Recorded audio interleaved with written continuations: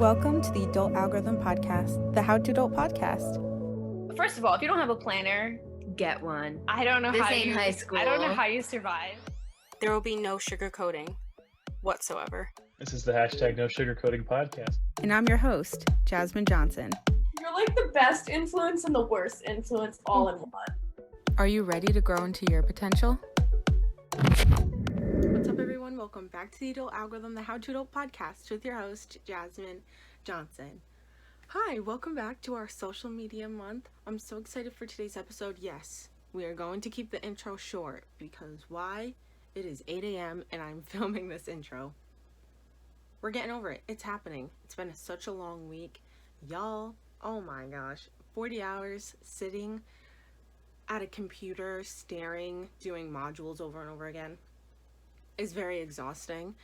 And trying to not even act like you're smart, but just trying to keep up with these smart people in your internship is very, very difficult because I do not retain things and terms and definitions as fast as other people. So me trying to write notes is very different from everyone else trying to write notes, and it makes me come behind. So it's been a very difficult week, but we're getting through it. That's what the whole point of internships are, so you can get a head start. So it's been an experience. I've had a good time though because it's an amazing company, and I had an amazing interview with our guest for this week. It's episode 32. Hi, welcome if you're new. We are the Adult Algorithm. Thank you for joining us, teaching you everything that school did not teach us to become successful adults.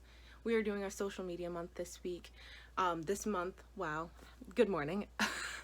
We're doing our social media month this month just because I believe that social media has become such a big part of our generation. It has to be talked about, all aspects of it, career-wise, as an influencer, or even the positivities of social media, because it can become so negative in so many aspects. So I invited my friend Misha on to talk about the positivities and the philanthropy she's been able to do through social media, all the projects that she's been able to do, and I'm so excited for you guys to hear her story and hear what she's been doing through her Instagram and her podcast to bring positivity to you all during such a rough time. So I'm very excited for you guys to hear it.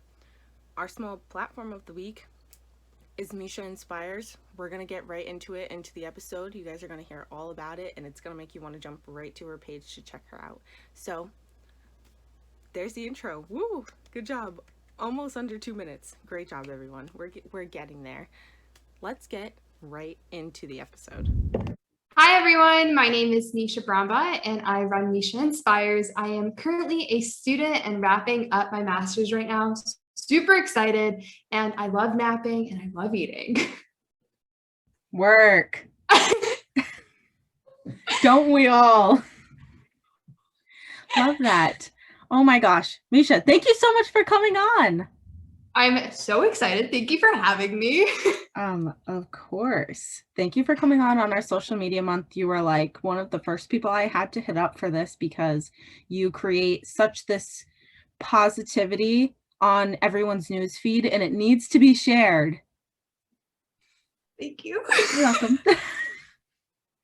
I love it. And the first question, of course, has to be, how has social media grown since you first started using it? Because I know for a lot of people, when it first came out when we were younger, it was just for like, oh yeah, pictures of adventures and this and that. But now everyone uses it to promote their dreams, for positivity, and all of that stuff. So how did it start for you, and how's it grown? So I had Instagram back in the day when it was like first super new, and I felt like the coolest kid. And then Dad was like, nope, it's going away. So it went away because he was like, you're too young for this. And I was like, you're probably right, whatever.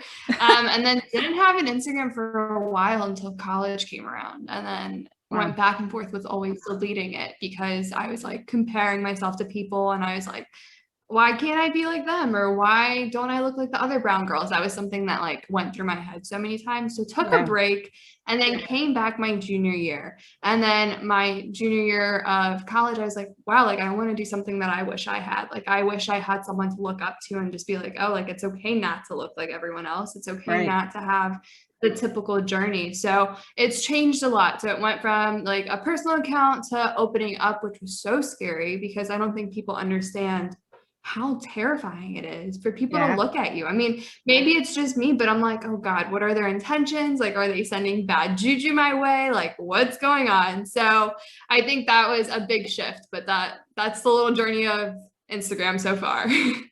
Yes. And I know I just said this to you, but you are literally the philanthropy queen and the positivity social media queen.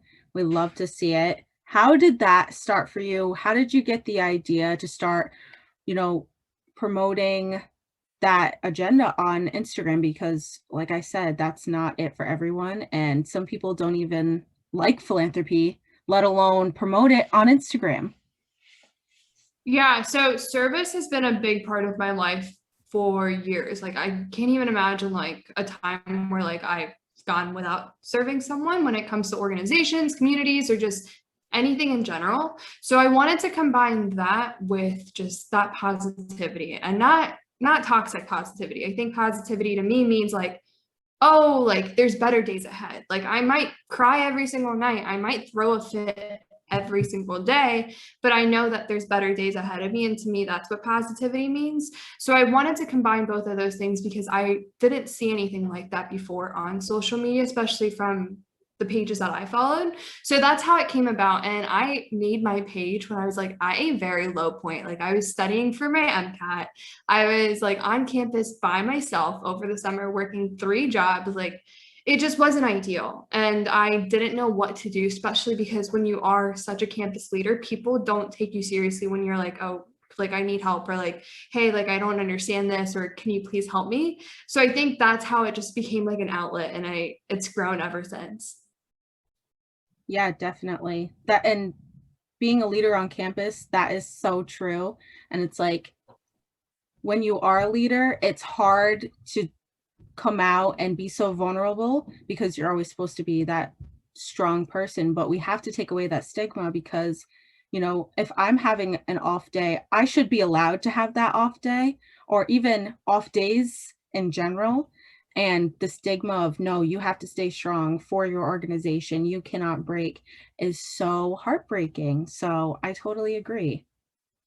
Yeah. And I think another thing is, I think the question, like for me, asking questions was so hard because Yeah. people are like, oh, like you're a tour guide. Shouldn't Mm. you know that? Or like, oh, you're a sister. Shouldn't you know that? I'm like, nah, I have no clue what's going on. Like, I Right. genuinely have no clue. Yeah. Yeah. Speaking of sister, we love to see it. Please tell us about being a representative of DeFi and IHQ. I would love to hear it because it's my fave. We love DeFi. Shout out. Tell us about your experience and what has taught you. Yeah. So my experience was not what people imagine. Every time I start talking about it, people are like, what do you mean? Like, I thought you had the best time ever. I didn't. Surprise. Hello. Big surprise. Hey, I truth did bomb. not. Like, it took me a while. My first year, I had my sorority big who was super into philanthropy, ran the chapter, like did so much. So it worked out. And then right after she left, I was like, wait, I don't have my people anymore. Like I have to associate myself with other people, or like I have to make friends, even though like you're kind of forced to make friends, but still it didn't feel so natural. So I struggled a lot. And then there were times where like I think I went inactive like twice. And then I went to different chapters around Florida and just made a lot of connections over there. Because you will realize that DeFi isn't just at your school. And I think that's what took me so long to understand. There's so many freaking chapters. There's such amazing sisters, and you don't just have to look at the 100 girls in the room that you're in. And I think that's when stuff started changing for me. I was like, wow, the sisterhood is so much more than the girls that I know at my chapter. So I think that's when it all started changing. And then fast forward to COVID. COVID hit and I was like, oh my God, everything's gone. What do? I didn't go to chapter, like, and now I'm surprisingly alum. Like, I've made such amazing connections, and now they feel like they're like slipping away. So I started getting involved with headquarters, and it's such a different atmosphere. Like, it is day and night difference. These people actually care about what they do, and they're willing to make change. And something that I've seen that I'm super proud about. So on my podcast, I usually ask about diversity. That's one of the big things, especially being in South Florida. I'm super lucky. I see diversity everywhere. And I mean, just the stigma around sororities and just Greek life in general isn't always the best. But they've been doing such an amazing job. Like, even through the committee meetings that I go to, like, they're always trying to figure out what to do. So I think that change has just been really good to see. So that's my little journey in DeFi in like 3 minutes. Yes. And Yeah. I love how real you gave it to us, because some people think either sororities suck and that's a stigma, or that it's all sunshine and rainbows. Little do people know, when you're a leader or you are close with leaders in your chapter, it's much more than both sides of that. And I have to agree. I am very glad you said that. That is something I needed to hear in this moment, because I'm about to go inactive because I'm studying abroad. And then I want to go early alum. And many of our old LT feels that way, just because of COVID, we feel like the chapter has kind of slipped away from us. And I'm not afraid to say that, because nobody's going to say anything to me about it. But it's very hard when you have a big group of girls that you want to connect with so bad, but they're not as authentic as you want them to be. So connecting with other people from other chapters also has been what has kept DeFi in that light for me as well. So I'm so glad you said that. Yeah, literally DM girls. Like, I know that sounds ridiculous. It sounds really weird, but I've met a couple of my very close friends that way. Like, I have amazing friends at FIU, which is maybe like an hour away from me. Yeah. And they've become like such great friends. I'm actually a part of their alum association. Like, I'm not even a part of my chapter's alum association. And you're literally, like, you're able to do that. So just do, like, there's no rules and regulations. I feel like some of us just go in and we're like, oh my God, these rules, like, we have to hang out with our chapter's people, or like something like that. That doesn't exist. Like, we, at the end of the day, you pay so much money, get something out of it. Like, even if like you're not paying anything, still get something out of it. And these connections don't go away. Like, they like, and I'm not saying like the rainbows and the butterflies and the t-shirts and the socials, but it's so much more than that, especially on like the alum level. So even if you're like, yeah, I'm done, go alum if you want, do whatever your heart desires, but then get involved with IHQ. It changes your whole perspective, because then you're like, oh wait, I get why they're doing it this way, or this is why stuff happens, and it just makes sense. So yes. Yes, I love it. And the way we met is you asked me to come on your podcast, and your Instagram, like, I loved it. I looked at it and I was like, oh my God, are we kidding? This is amazing. I'm so excited to talk to this girl. Can you tell us about, the asking people, what is your story? You asked people from every state, right? State, yeah. Mm-hmm. It blows my mind that you are willing to go out and try and make these connections and have people from every state talk about their story. Tell us about that. How did that even start, and how is it going so far? Yeah, so I think it was around like October. So I have a back to school series too on the page. So the back to school series was for students that couldn't go to orientation because of COVID. So at my school, we have orientation a couple weeks prior to school actually starting, and you go in person and you're able to sleep over at the campus, and it's just a great experience. I mean, even though I worked as an orientation leader and I was like, oh God, another one, but like, it really helps people. Like, it helps you build connections, that helps you know the campus and get that like weird, oh my God, I'm starting college, like what the heck do I do? Feeling away. And like, I was like, wait, they're not going to get that. So let me invite people from different schools, different majors, different everything.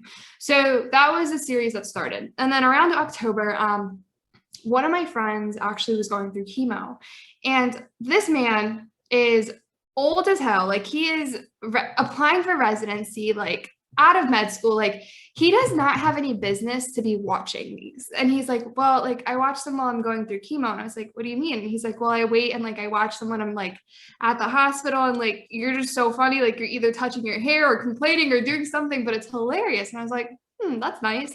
And then he's like, it'd be nice to see like more if like I still have to go through chemo again. And I was like, okay, like that's when I started thinking. And he actually passed away in December. So I think it was so around sorry. like, yeah, I mean, he's chilling up there. So I'm hoping he's living his best life laughing at this right now.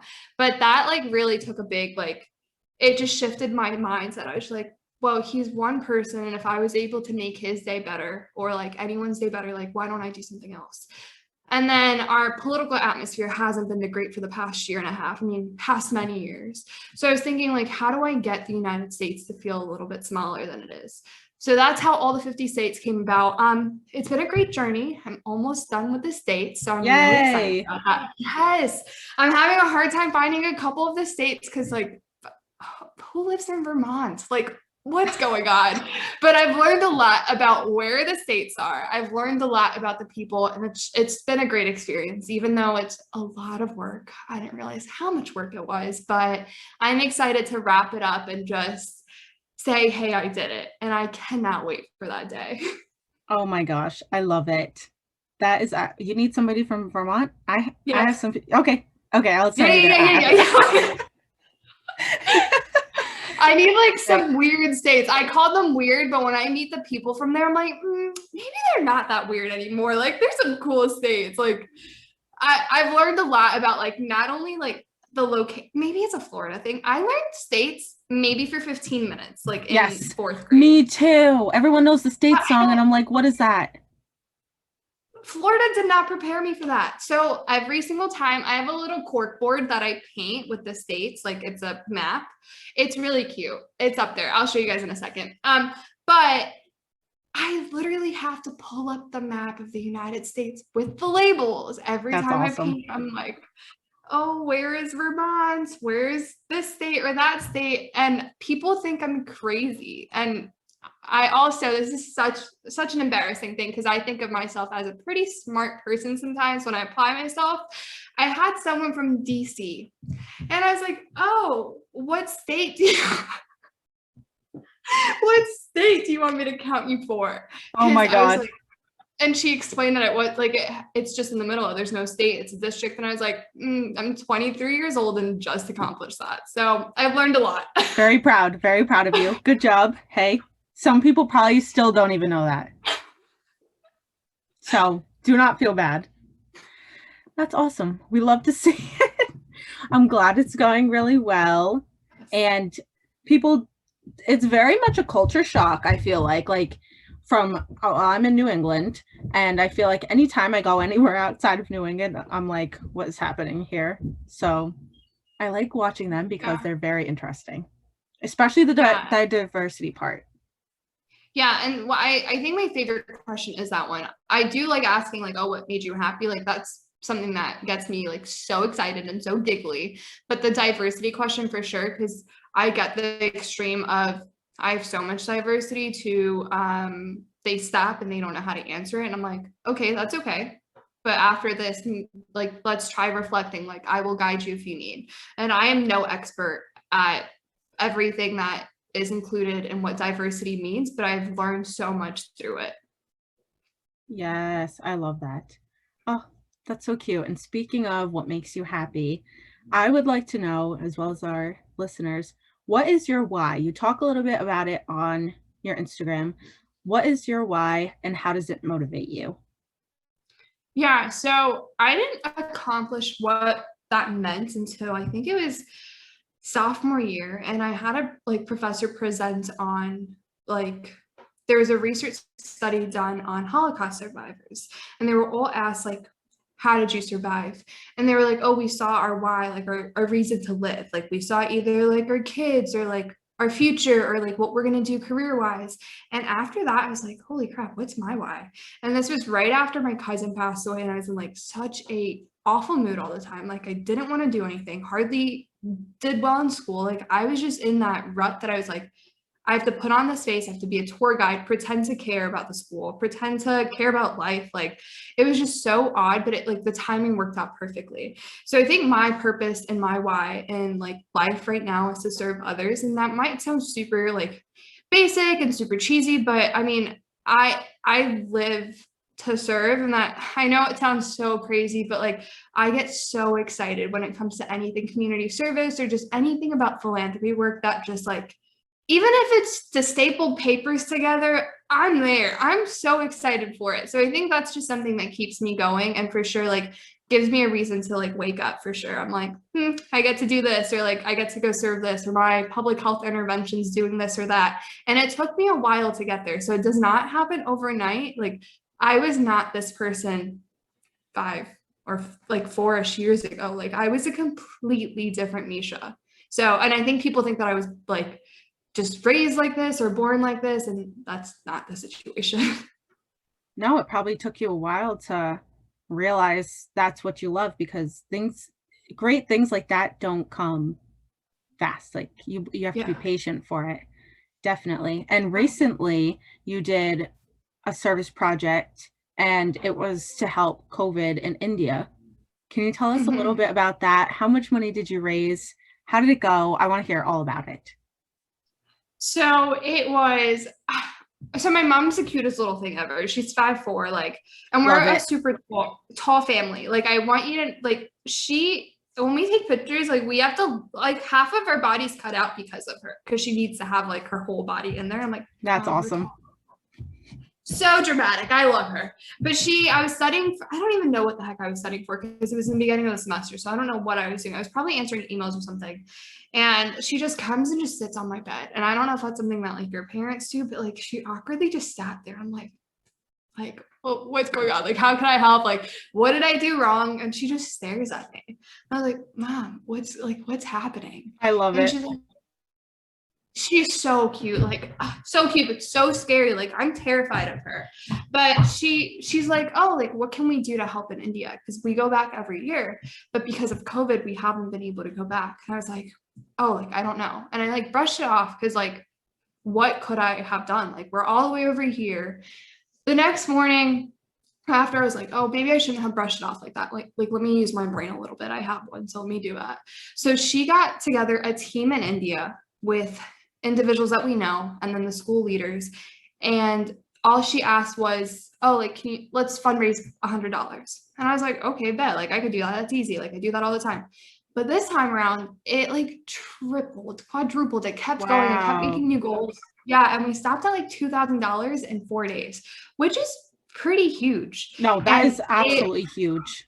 It was so, let me pull up the little, I don't even know if you're going to be able to see it on here, but it all worked out so well. She's the main reason why it worked out. Like, I would not have been able to do it alone. She plays such a big role in all of this, but we broke it down exactly by like soap, masks, pencils, erasers, toothbrushes, toothpaste, nail clippers, a tongue cleaner, Band-Aids, like rice, and then grains and all of that fun stuff. So all the kids were able to go home with a little goodie bag of all those things, and rice and grains, which is a huge part over there, especially because of COVID. Awesome. And it was just so amazing. So it all worked out, but that's a little bit about that project. Oh my gosh, that is absolutely amazing. I was looking at the pictures and I was like, oh my, I have to ask about this, because you're so cute. Yes. Shout out your mom. Yeah, literally. Let me see if I have, okay, wait, I have to show you guys a picture of my mom. She's so cute. And so we did a thank you video, and we did it half in English and half in Gujarati, because that's the language from where we are. Yeah. And she got so excited. She was all dressed up, like, and then she starts crying halfway through that interview. I was like, Mom, an like, icon. Look how cute she is. This is why you guys have to watch the YouTube version. Oh, stop. Yes, and then she was like, because when they were bringing in the rice and like the grains, like that, we had people bringing them into the school where like they could place them so the kids could take it. And in Indian weddings, that's how they usually prepare everything like on site for big weddings. So our weddings are like 5 days. She starts crying and she's like, I felt like I was watching my daughter's marriage video. And I was like, Mom, dramatic, but I'll take it. And she's full on crying. I'm like, Mom, people aren't going to understand what's happening. Like, you got to help them. And then she's like, yeah, like it's a big ceremony. And I was like, Mom, I think they got it. But she's hilarious. That's great. Oh my gosh. That is really cute. And it's like, now we know where you get it from. Yes, it's my mom. An icon. Absolute queen. You're the princess now. No offense. She's the queen. Yes. You also have a scholarship. First of all, scholarships, I feel like, come from, corporations, people that, have been alumni for so many years. It's very unheard of for college students or people that just graduated to give out scholarships like this. I want to hear again how you started, where did it start from, how's it going? Because I feel like that is such a great service. And as a woman of color, I mean, you are doing everyone such a justice. Seriously. I'm getting emotional. So BOLD is the organization that handles the scholarships. They are amazing. So anyone that is listening, highly recommend checking out bold.org. Bunch of scholarships, so much free money. Like people don't take advantage of it. Like you need to go apply like right this second. There's scholarships that don't require essays. There's scholarships that like cater to just whatever type you're looking for. Like there's a bunch of everything. So my scholarship did end and we are announcing the winner soon, but there's many open, super excited about that. But there's so many open scholarships, like so many, and people just don't take advantage of it. And then if you are looking to start a scholarship at school, just literally call the financial aid office and ask them, hey, how do I start a scholarship in my name? Or, hey, how do I start a scholarship to help women in STEM or anything like that? And they will guide you. There is so much money floating around in these institutions that they want. Yeah, like they need someone to claim it and push it out. So literally ask questions. Like you're not annoying. Literally just ask questions, call financial aid, call random people. They're always looking to give out scholarship with someone else's name on it. Like this is the thing. So apply for scholarships and ask questions on how you could start them. It's not impossible. Literally anyone could do it. You do not have to be rich to do it because half of the time it's not even your money that you're giving out. So just remember that. Okay. Yeah. Love that. We are on to our last question already. Wow.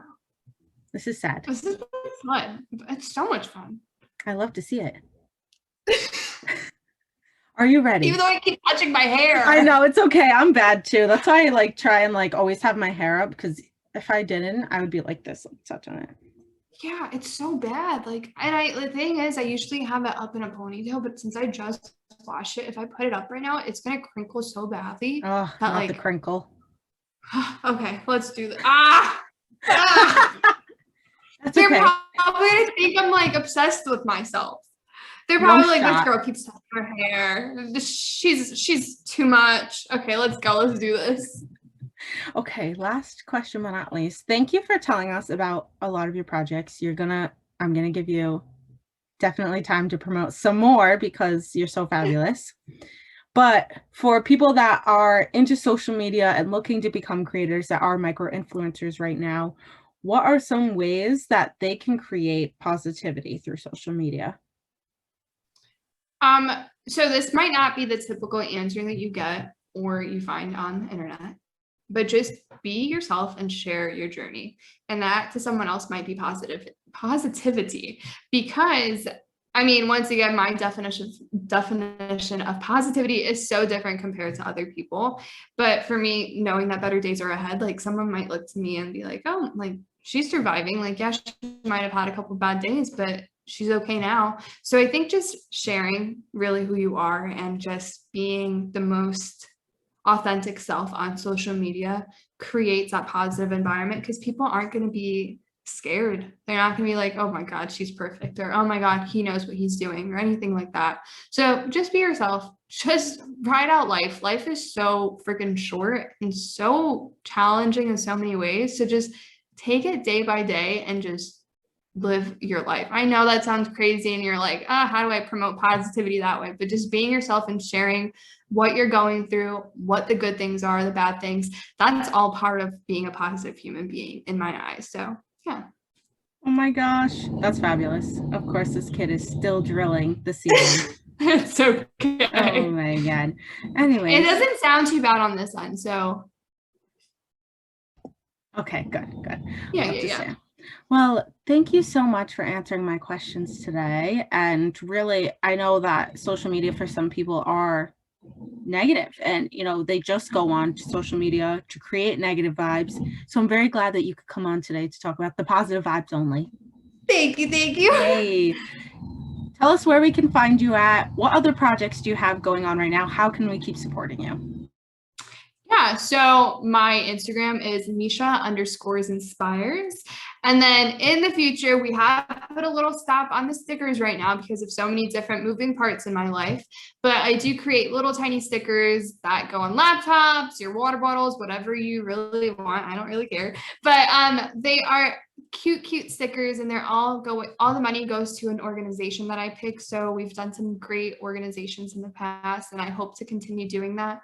Maybe we'll have some sweatshirts or some hats or something like that in the future. So stay tuned for that. Okay, merch drop. Do it. Hey, please. I will buy it so fast. I will. I have enough to buy you shirts probably to pay off student loan debt. So I will absolutely buy your merch. Perfect. I love it. Well, thank you very much for coming on. I appreciate you so much. I had so much fun, and thank you for chatting with me, and thank you for dealing with me moving my hair around and just being obnoxious. I appreciate you. Oh my gosh, thanks for dealing with my dogs and my brother drilling literally nothing in the ceiling. We love it. That's it. I hope you all enjoyed today's episode as much as I did. As usual, I had such a great time asking Misha a bunch of questions, of course, and having her tell us about her story. And it's been really awesome having these guests come on and talk about what they really are passionate about, because I'm passionate about helping all of you, and I'm glad that we can share other people's passion through this podcast. So if you want, please apply to be a guest. I would love to have you on. Same with if you want your small business or small platform highlighted, please let me know. I will absolutely do that for you. And if you want to keep following us on our podcast journey, please do. It's all at The Adult Algorithm, except for Twitter, adult_algorithm. We're getting some content. We're getting some TikTok content out there too. It's been a great time, and as usual, I will see you next week to help you grow into your potential. This is Jasmine with The Adult Algorithm signing off. Bye!